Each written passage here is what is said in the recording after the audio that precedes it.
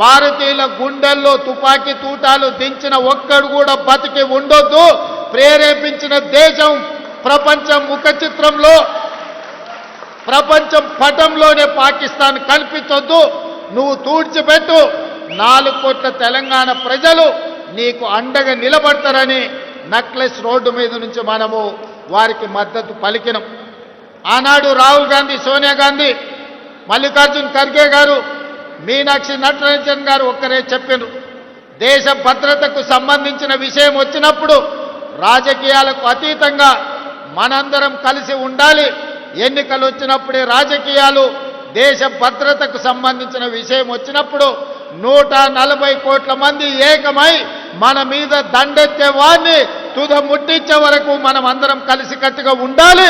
మనం కలిసి పోరాడాలి. ఈ దేశాన్ని గెలిపించుకోవాలి. సైన్యానికి అండగా నిలబడాలి అని మనకు ఉద్బోధించారు. ఆ ఉద్బోధనలతో మనమందరం దేశంలో ప్రధానమంత్రికి, ప్రభుత్వానికి అండగా నిలబడ్డాం. ఆనాడు పాకిస్తాన్ మీద యుద్ధం చేయాలన్నా వద్దా, పాకిస్తాన్ను ఏ విధంగా ఎదుర్కోవాలి అని ప్రధానమంత్రి అఖిలపక్షం పిలిస్తే అఖిలపక్ష సమావేశానికి రాహుల్ గాంధీ గారు, మల్లికార్జున్ ఖర్గే గారు హాజరయ్యి సంపూర్ణంగా విశ్వాసం ప్రకటించడమే కాదు, సంపూర్ణమైన మద్దతు కేంద్ర ప్రభుత్వానికి ప్రకటించారు. ఆనాడు మనం చెప్పినాం, ఇక్కడ తెలంగాణ నడిగడ్డ మీద నుంచి ఇందరమ్మ సాక్షిగా చెప్పడమే కాదు, పార్లమెంటులో అఖిలపక్ష సమావేశంలో మల్లికార్జున్ ఖర్గే గారు, రాహుల్ గాంధీ గారు స్పష్టంగా చెప్పిండ్రు, ఇది ఒక అవకాశం మన మీద దాడి చేసిన పాకిస్తాన్కి గుణపాఠం చెప్పడానికి.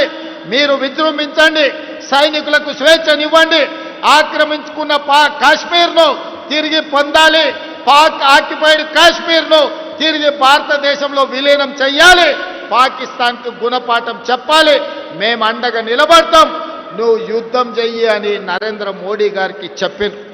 4 రోజులు యుద్ధం తర్వాత మరి ఏమి జరిగిందో, ఎవరు బెదిరించిండ్రో, ఎవరు లొంగ తీసుకున్నారో, ఎవరికి ఎవరు లొంగిపోయినరో మనకు తెలియదు. కానీ అర్ధాంతరంగా అమెరికా ప్రెసిడెంట్ ట్రంప్ బయటకు వచ్చి నేను యుద్ధాన్ని ఆపేసిన, భారత్ను బెదిరించిన అని ట్రంప్ ప్రకటించే పరిస్థితి వచ్చింది అని అంటే, ఈ దేశ ప్రధానమంత్రి యుద్ధం చేయాలనుకున్నప్పుడు, పాకిస్తాన్ మన మీద దాడి చేసినప్పుడు పార్లమెంటులో అఖిల పక్షాన్ని పిలిచి చర్చించాడు.